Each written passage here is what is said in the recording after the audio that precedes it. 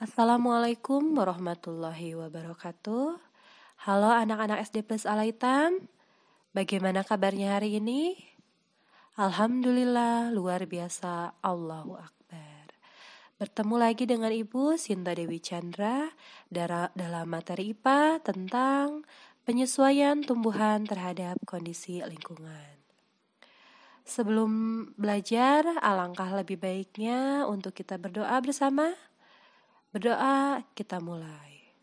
Rabbi zidni ilman warzuqni fahman. May Allah give us knowledge and make us understand. Ya Allah, tambahkanlah ilmuku dan berilah aku ilmu pengetahuan dan pemahaman. Amin ya rabbal alamin. Untuk materi kali ini ialah penyesuaian tumbuhan terhadap kondisi lingkungan. Tahukah kalian? Setiap jenis tumbuhan memiliki ciri-ciri yang berbeda. Ada tumbuhan yang memiliki ciri khusus pada tubuhnya, seperti batangnya berduri, atau daunnya lebar, ataupun akar yang muncul ke permukaan. Nah, juga mempunyai habitat yang berbeda. Untuk dapat bertahan hidup di habitatnya atau di lingkungan tempat hidupnya, tumbuhan harus bisa beradaptasi. Nah, apa itu adaptasi? Adaptasi adalah kemampuan makhluk hidup untuk menyesuaikan diri terhadap lingkungannya. Nah, cara ada beberapa macam, yaitu ada xerofit, jenis tumbuhan yang telah bisa beradaptasi dengan lingkungan kering. Ada juga halofit, tumbuhan yang dapat hidup di lingkungan dengan kadar garam yang tinggi. Ada hidrofit, tumbuhan yang dapat hidup di lingkungan air.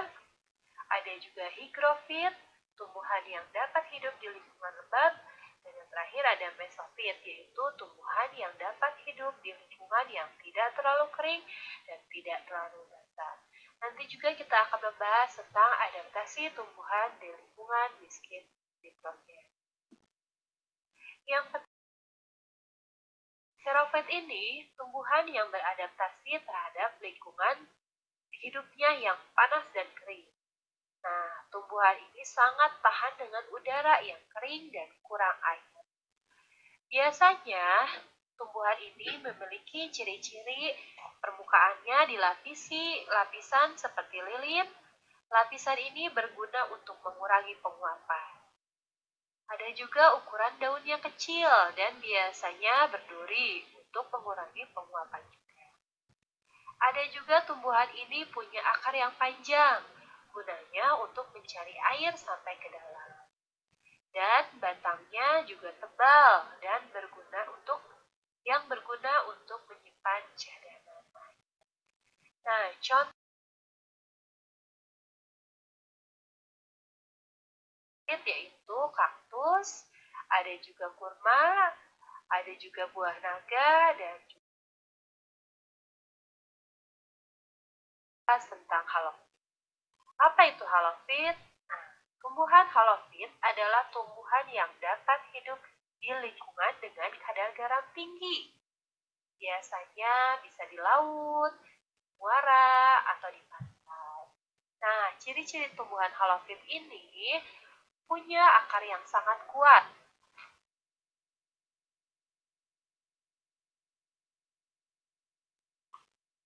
Separuh badannya biasanya tergenang air. Akarnya ada tertanam di bawah air dan ada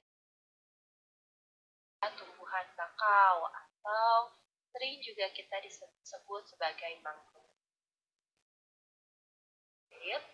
Hidrofit adalah tumbuhan yang dapat hidup di lingkungan air sesuai dengan kata hidro yang artinya air. Nah, tumbuhan hidrofit ini memiliki ciri-ciri. Yang pertama, terapung di atas air. Kemudian mempunyai permukaan daun yang lebar. Kemudian batangnya menggembung seperti rongga, berisi udara sehingga bisa membuat mengapung di air seperti pelampung. Dan yang terakhir, akarnya kecil hingga air mudah menyebar ke seluruh daun. Higrofit antara lain ialah teratai, ada pula eceng gondok, dan ada juga kiamba.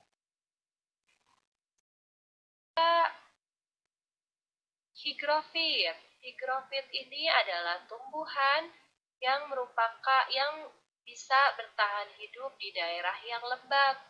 Biasanya tumbuhan ini hidup di hutan. Oleh karena hidup di tempat lembab, penguapan terjadi dengan lambat.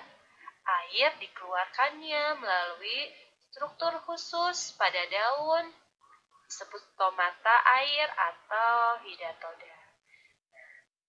Ciri-ciri tumbuhan higrofit yaitu biasanya berdaun tipis dan tebal, punya banyak stomata atau celah-celah kecil pada daun, kemudian higrofit adalah tumbuhan paku, bedalu, atau ganda rusa, bisa juga stomatanya biasa berada di bawah daun untuk menghindari penguapan yang apa saja? Contohnya ada pohon mangga, ada pohon rambutan, ada pohon pisang, dan masih banyak tumbuhan di lingkungan miskin nitrogen. Nah, tumbuhan yang tumbuh di lingkungan miskin nitrogen biasanya melakukan penyesuaian diri dengan merangkap serangga, kemudian mencernanya sebagai sumber nitrogen. Nah, pada tumbuhan ini contohnya pada kantong semar dan pea. Itulah pembelajaran IPA tentang penyesuaian tumbuhan terhadap kondisi lingkungan. Ibu harap pembelajaran hari ini akan bermanfaat untuk kalian semua. Kita akhiri dengan doa, Rabbana atina fid dunya hasanah wa fil akhirati hasanah wa qina adzabannar. Kita bertemu lagi pada materi selanjutnya. Wassalamualaikum warahmatullahi wabarakatuh.